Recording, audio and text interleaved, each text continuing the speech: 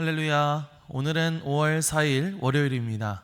오늘도 정심의 예배를 통해 경건의 일상을 살아가시는 우리 큰믿음이신교회 모든 성도님들을 사랑하고 축복합니다. 다 함께 사도신경으로 우리의 신앙을 고백하며 하나님 앞에 나아가겠습니다. 전능하사 천지를 만드신 하나님 아버지를 내가 믿사오며 그 외아들 우리 주 예수 그리스도를 믿사오니 이는 성령으로 잉태하사 동정녀 마리아에게 나시고 본디오 빌라도에게 고난을 받으사 십자가에 못 박혀 죽으시고 장사한 지 사흘 만에 죽은 자 가운데서 다시 살아나시며 하늘에 오르사 전능하신 하나님 우편에 앉아 계시다가 저리로서 산자와 죽은 자를 심판하러 오시리라. 성령을 믿사오며 거룩한 공회와 성도가 서로 교통하는 것과 죄를 사하여 주시는 것과 몸이 다시 사는 것과 영원히 사는 것을 믿사옵나이다. 아멘. 다 함께 찬송가 419장 찬양하시겠습니다.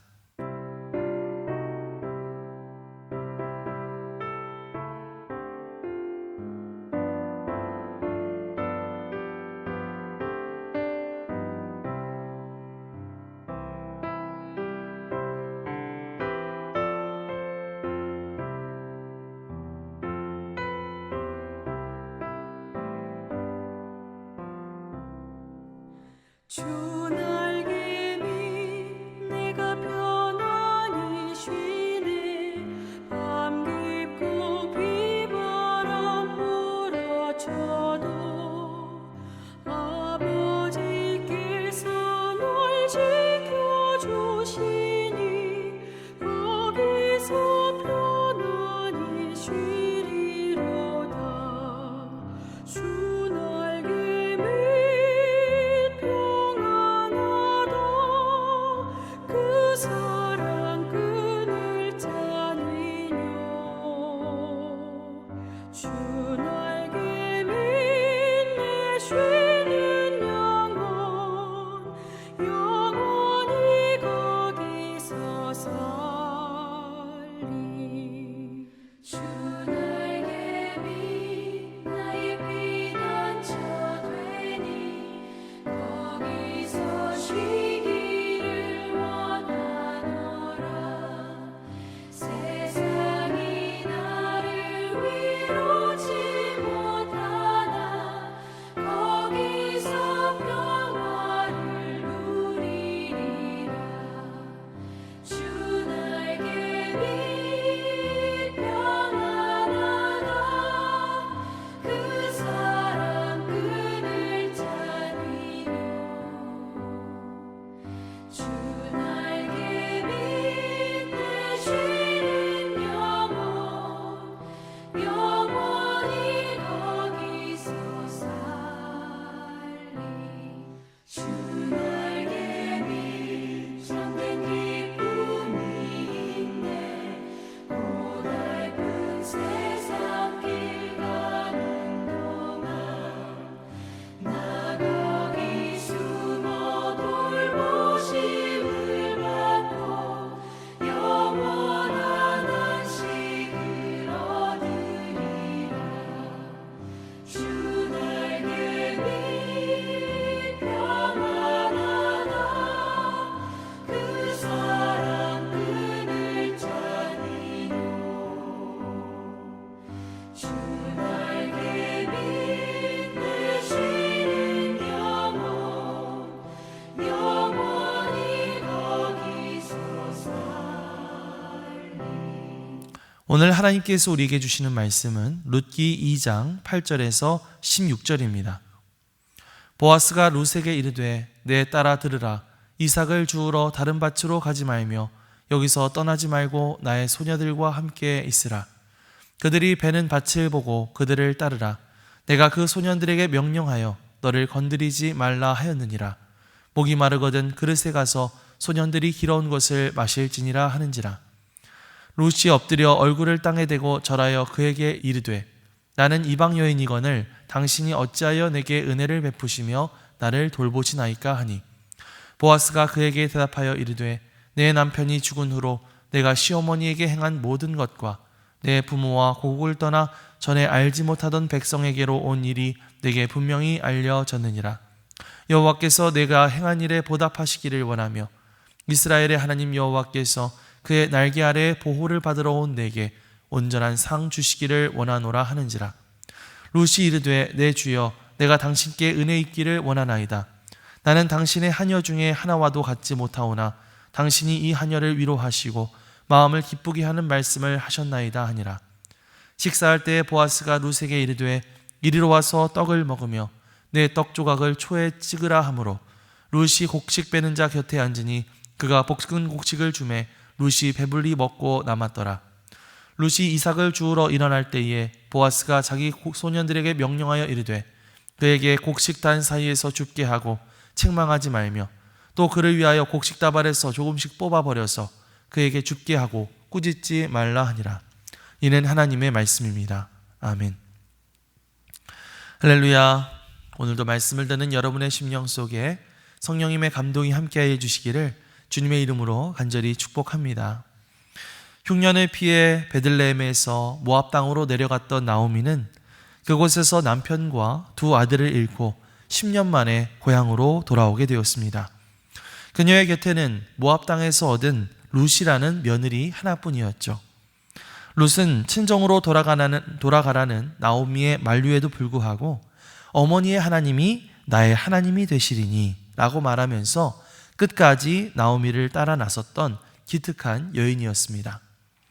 하지만 베들레헴으로 돌아왔다고 해서 그녀들의 생활은 당장 나아지지 않았는데요. 당시 이스라엘 사회에서 남편도 아들도 없는 청상 과부들이 할 수 있는 것은 별로 없었기 때문이었습니다. 가나는 여전히 그들을 따라다녔습니다. 보리 수확철을 맞아 룻은 남은 이삭을 줍기 위해서 보리밭을 찾아 나서게 됩니다. 바로 그때부터 하나님의 역사가 시작이 되었는데요. 지난 금요 심야 예배 때도 살펴보았던 것처럼 룻이 우연히 도착하게 된 밭은 바로 나오미의 남편 엘리멜렉의 친족이었던 보아스의 밭이었습니다. 성경은 그것을 우연이라고 쓰면서도 사실 하나님의 계획과 인도하심이 그 배후에 자리 잡고 있음을 말하고 있죠. 오늘 본문 말씀은 그 들판 한가운데서 보아스와 룻이 첫 대화를 나누는 장면인데요. 오늘 그들의 대화를 통해서 은혜 입은 자에게 하나님께서 어떤 보호와 위로와 풍성함을 허락하시는가 함께 나누어 보기를 원합니다. 이른 아침부터 해가 중천에 떠오를 즈음 이 베들레헴의 들판에는 추수하는 일꾼들의 분주한 움직임이 가득했습니다. 곡식단이 하나씩 쌓여가는 그 사이로 눈에 잘 띄지 않는 한 여인이 고개를 숙인 채 이삭을 하나씩 줍고 있습니다. 그녀의 옷차림은 낯설고 말투도 조금 다릅니다. 이방 여인 룻이죠. 그런 룻에게 보아스가 다가와서 이렇게 말합니다. 8절과 9절입니다. 보아스가 룻에게 이르되 내 딸아 들으라. 이삭을 주우러 다른 밭으로 가지 말며 여기서 떠나지 말고 나의 소녀들과 함께 있으라. 그들이 베는 밭을 보고 그들을 따르라. 내가 그 소년들에게 명령하여 너를 건드리지 말라 하였느니라. 목이 마르거든 그릇에 가서 소년들이 길어온 것을 마실지니라 하는지라. 보아스의 첫 마디는 이것이었습니다. 내 딸아 들으라.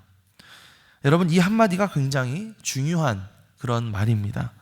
보아스는 지금 이방 여인 가난한 과부를 향해 거리를 두지 않고 있죠.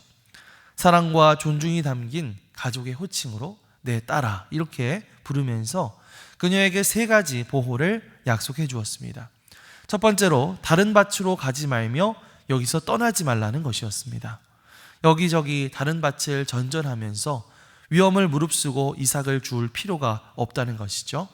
내가 책임져 줄 테니까 다른 밭에 가서 괜히 기웃거리지 말고 여기에서만 이삭을 주어라 라고 하는 말이었습니다.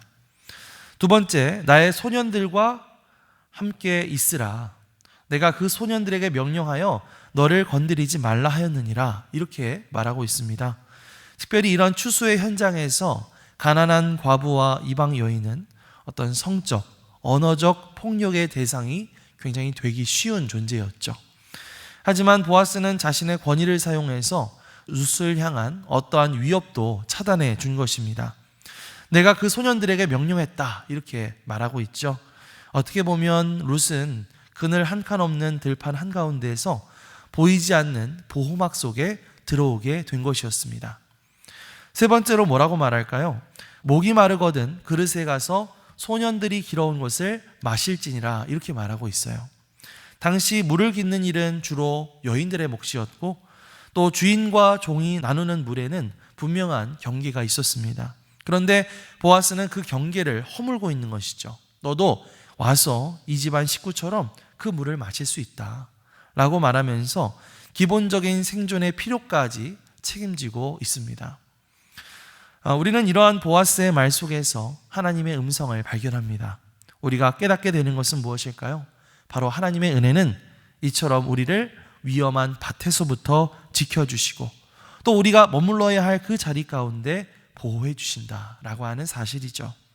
하나님은 은혜 입은 자를 그냥 방치하지 않으시고 그가 머물러야 할 곳과 피해야 할 곳을 구분하게 하시고 그 안에서 지켜주시는 분이신 줄 믿습니다. 우리는 살아가면서 다른 밭의 유혹을 참 많이 받게 되는 것 같아요. 때로는 신앙의 원칙을 조금만 내려놓으면 금방 손에 쥘 수 있을 것 같은 기회들이 내 눈앞에 보이곤 합니다. 하지만 그럴 때마다 주님께서는 우리에게 말씀하시죠. 다른 밭으로 가지 말라. 내가 너를 위해 준비한 이 자리 가운데 머물러라 라고 말씀하고 계십니다. 혹시 여러분들 가운데 지금 혹시 다른 밭으로 갈까 하면서 고민하고 계시는 그런 영역들이 있으신가요? 때로는 신앙의 울타리를 벗어나고 싶은 유혹이 올 때가 있습니다. 쉽게 타협하고 싶은 그런 제안이 올 때도 있습니다. 새로운 관계 혹은 새로운 교회에 가서 더 나은 무언가를 찾고자 하는 유혹이 올 때도 있습니다. 그럴 때 여러분 하나님께 물으시기 바랍니다. 주님, 제가 머물러야 할 밭은 과연 어디입니까? 제가 어느 밭에 머물러야 하겠습니까? 이렇게 물어보시기 바랍니다. 때로는 불편해도 때로는 좀 부족해 보여도 하나님께서 부르신 자리라고 한다면 그곳이 진정으로 안전한 자리인 줄 믿습니다. 오늘도 하나님이 나를 부르신 그 은혜의 자리에서 벗어나지 않고 그 자리를 꼭 지키며 나아갈 수 있는 저와 여러분들 되시기를 주님의 이름으로 간절히 축원합니다. 이어서 10절에서 12절 말씀을 함께 읽어보겠습니다. 룻이 엎드려 얼굴을 땅에 대고 절하며 그에게 이르되 나는 이방 여인이거늘 당신이 어찌하여 내게 은혜를 베푸시며 나를 돌보시나이까 하니 보아스가 그에게 대답하여 이르되 내 남편이 죽은 후로 내가 시어머니에게 행한 모든 것과 내 부모와 고국을 떠나 전에 알지 못하던 백성에게로 온 일이 내게 분명히 알려졌느니라. 여호와께서 내가 행한 일에 보답하시기를 원하며 이스라엘의 하나님 여호와께서 그의 날개 아래에 보호를 받으러 온 내게 온전한 상 주시기를 원하노라 하는지라. 아멘. 보아스의 그 말에 룻이 얼굴을 땅에 대고 엎드립니다. 자신을 향한 그 은혜와 관심이 너무 과분하다고 느꼈던 것이겠죠. 10절 말씀을 보면 나는 이방 여인이거늘 어찌하여 내게 은혜를 베푸시며 나를 돌보시나이까 하고 묻는 것을 볼 수가 있습니다. 다시 말하면 나는 자격 없는 사람입니다. 나는 이 은혜를 받기에는 너무나 부족한 사람입니다 라고 하는 그런 뜻이겠죠. 그런데 그에 대해서 보아스가 뭐라고 말합니까? 내 남편이 죽은 후로 내가 시어머니에게 행한 모든 것, 내 부모와 고국을 떠나 전에 알지 못하던 백성에게로 온 일이 다 내게 분명히 알려졌느니라 이렇게 말하고 있습니다. 그러니까 룻이 조용히 아무도 모르게 했던 선택과 그의 헌신이 사실은 세간에 다 알려져 있었다라고 하는 사실이죠. 그러면서 보아스가 축복합니다. 여호와께서 내가 행한 일에 보답하시기를 원하며 여호와께서 온전한 상 주시기를 원하노라. 아멘. 룻은요 자신을 그저 이방 여인에 불과하다고 생각했습니다. 하지만 보아스는 룻을 뭐라고 표현합니까? 여호와의 날개 아래 보호를 받으러 온 그런 믿음의 사람이라고 그렇게 말해주고 있는 것이죠. 룻은 자신을 작고 하찮은 존재로 여겼지만 하나님은 그녀의 선택과 그녀의 눈물과 그녀의 헌신을 다 기억하고 계셨다는 것입니다. 룻은 낯선 땅에서 받았던 모든 멸시와 눈초리와 그로 인해서 받게 된 상처가 깊이 위로받고 있었음을 깨닫게 되었습니다. 그렇습니다, 여러분. 하나님의 은혜라고 하는 것은요, 자격 없다고 느끼는 자에게 찾아가서 그에게 숨어있는 헌신을 인정하고 그의 마음을 위로해 주시는 것이죠. 하나님은 우리가 스스로를 어떻게 낮추어 생각하든지 우리 안에 있는 이 믿음과 선택과 눈물을 결코 잊지 않으시고 때가 되었을 때 그것을 드러내 주시고 그것을 위로해 주시는 분이신 줄 믿습니다. 많은 성도들이 룻과 같은 고백을 하죠. 나는 이방 같은 사람입니다. 나는 자격이 없습니다. 나는 그냥 늘 뒤에 서 있는 사람입니다. 이렇게 고백합니다. 교회 안에서도 또 가정 안에서도 직장에서도 늘 뒷자리에 익숙해져 버린 사람들이 있죠. 인정을 받기보다는 괜찮아, 나는 원래 이런 사람이야 하면서 내 자신을 낮추는데 너무나 익숙합니다. 그런데 하나님은 그러한 자들을 향해서 말씀하시는 것이죠. 나는 너의 그 묵묵한 섬김을 다 보고 있었다. 나는 네가 조용히 눈물 흘렸던 그 기도의 자리를 다 기억하고 있다. 우리는 기억하지 못한다 하더라도, 다른 사람은 몰라준다 하더라도 하나님께서는 그것을 다 기억하고 계시는 줄 믿습니다. 혹시 여러분들 가운데에서 교회 안에 스스로 내가 이방인 같다라고 느끼시는 분들이 있으신가요?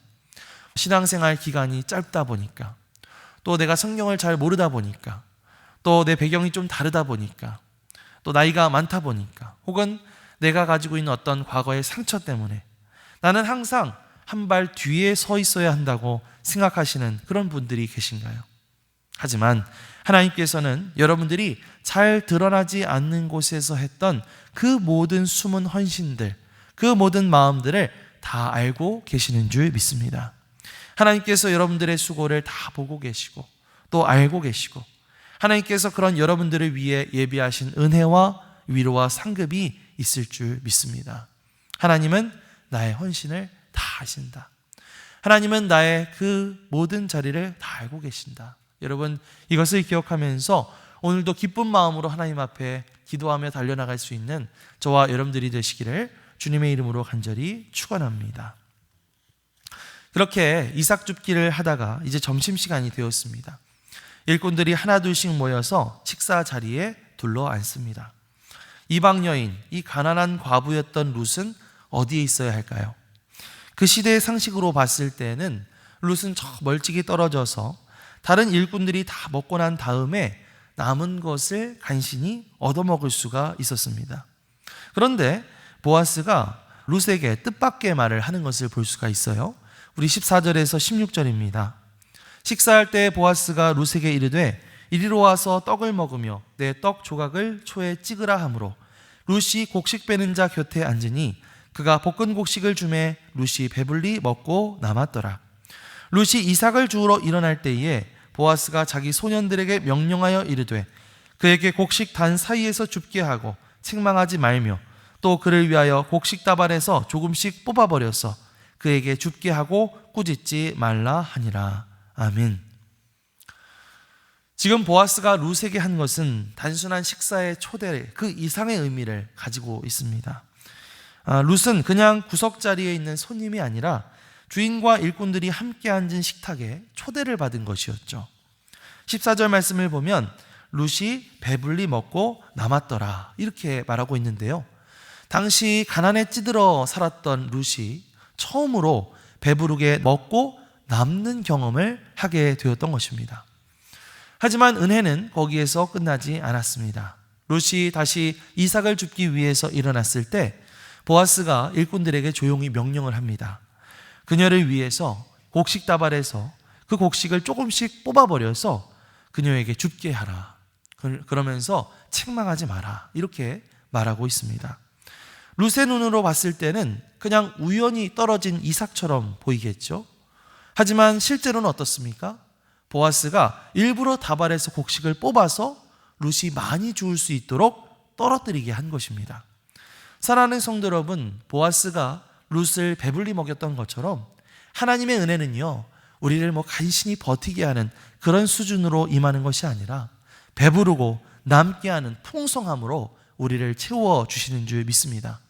그리고 그 풍성함 뒤에는 우리가 보지 못하는 사이에 우리를 위해서 미리 예비해 놓으신 하나님의 손길이 있다는 사실 꼭 기억하셨으면 좋겠습니다. 우리는 흔히 이렇게 생각하죠. 내가 열심히 일해서, 내가 열심히 공부해서, 내가 열심히 인맥을 쌓고 사람을 만나서 내가 그래도 지금 이 자리에 올 수 있었다라고 느낍니다. 하지만 여러분, 신앙의 눈으로 보면 어떨까요? 하나님이 때마다 조금씩 뽑아버려서 줍게 해주신 그 은혜가 우리 가운데 있었다는 사실을, 그렇기 때문에 우리가 지금 이렇게 누릴 수 있게 된다는 사실을 우리는 고백하게 되는 것이죠. 사랑하는 성도 여러분, 혹시 여러분들 가운데 요즘 참 마음이 메말라 있다고 느껴지고 삶이 빠듯하다고 느껴지시는 분들이 있으신가요? 그렇다면 잠시 멈추어서 한번 과거를 돌아보면서 하나님께서 나를 배불리 먹고 남기게 하셨던 그 순간들을 떠올려 보십시오. 예를 들면 전혀 기대하지 않았던 그런 뜻밖의 도움을 받게 되었던 일이라든지, 아니면 예상치 못했던 기회가 열렸던 일이라든지 하는 그런 것들 말입니다. 사실 그때마다 우리는 단순히 운이 좋아서 그렇게 된 것이 아닙니다. 하나님께서 우리가 보지 못하는 사이에 곡식다발에서 그 곡식을 조금씩 뽑아 흘려주고 계셨다는 사실을 여러분 꼭 기억하셨으면 좋겠습니다. 오늘 우리에게 베풀어 주신 그 하나님의 은혜의 손길들을 하나 둘씩 다시 한번 세워봅시다. 그래서 오늘도 우리를 풍성히 먹이시고 보이지 않는 손길로 우리를 도우시는 하나님의 은혜를 기억하면서 그렇게 감사함으로 오늘 하루를 보낼 수 있는 저와 여러분들 되시기를 주님의 이름으로 간절히 축원합니다. 아멘. 기도하겠습니다. 은혜와 사랑이 풍성하신 하나님 아버지, 이방 여인 룻을 보호하시고 그를 인정하시고 그녀를 풍성하게 채워주셨던 것처럼 오늘 우리 가정과 교회도 주님의 날개 아래 품어주시기를 간절히 소망합니다. 우리 인생의 밭에서 우리가 알지 못하는 사이에 미리 예비해 주신 은혜의 이삭들을 기억하게 하여 주시고 원망보다는 감사와 찬양이 먼저 나올 수 있는 그런 마음을 우리에게 허락하여 주시옵소서. 또한 우리로 하여금 보아스처럼 연약한 이들을 향해 보호의 울타리가 되게 하여 주시고 위로와 격려의 말을 아끼지 않는 주님의 손과 입술로 우리를 사용하여 주시옵소서. 감사드리며 우리 주 예수 그리스도의 이름으로 기도드리옵나이다. 아멘. 하늘에 계신 우리 아버지여, 이름이 거룩히 여김을 받으시오며 나라가 임하시오며 뜻이 하늘에서 이루어진 것 같이 땅에서도 이루어지이다. 오늘 우리에게 일용할 양식을 주시옵고 우리가 우리에게 죄 지은 자를 사하여 준 것 같이 우리 죄를 사하여 주시옵고 우리를 시험에 들게 하지 마시옵고 다만 악에서 구하시옵소서. 나라와 권세와 영광이 아버지께 영원히 있사옵나이다. 아멘.